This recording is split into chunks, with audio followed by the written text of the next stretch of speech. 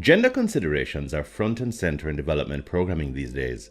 Let's talk about its relevance in disaster risk reduction in the Caribbean. One size does not fit all because we're all different.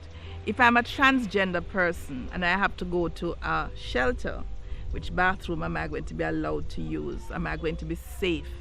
These are factors. If I use a wheelchair, will I have access? Yes? These are factors. If I need to use my Pampers as an older person, yes?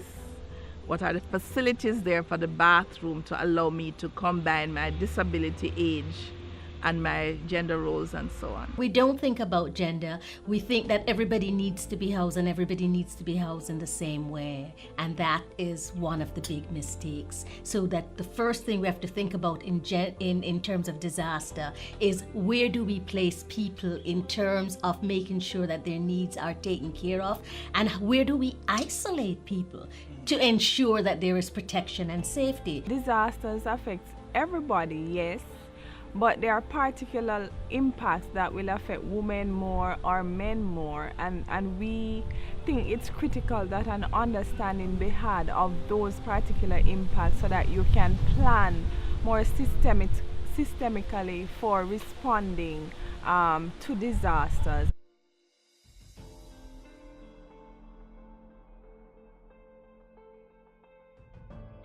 As it relates to men, I must note that men are at a greater risk for either injury or death during and after a disaster.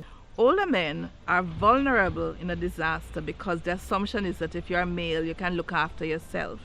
If you're not able to be mobile, it means that you're going to be at risk.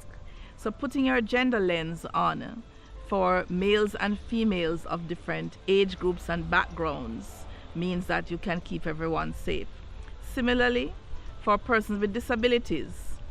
So I might be female or male with a disability, and I have gender roles that I have to fulfill, either as a caregiver, if I'm female, or as a protector and a provider. And we need to kind of use those filters to see who is going to be at risk, how, and prepare for that.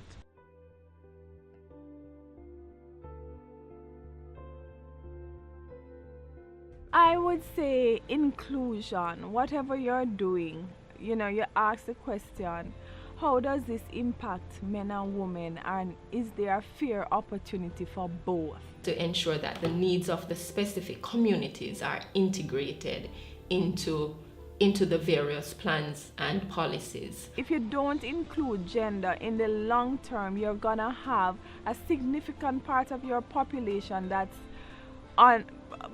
below the poverty line, and their potential is not fully realized, which impedes a country's economic growth. I invite people to think about, what do we do? How do we manage gender during disaster?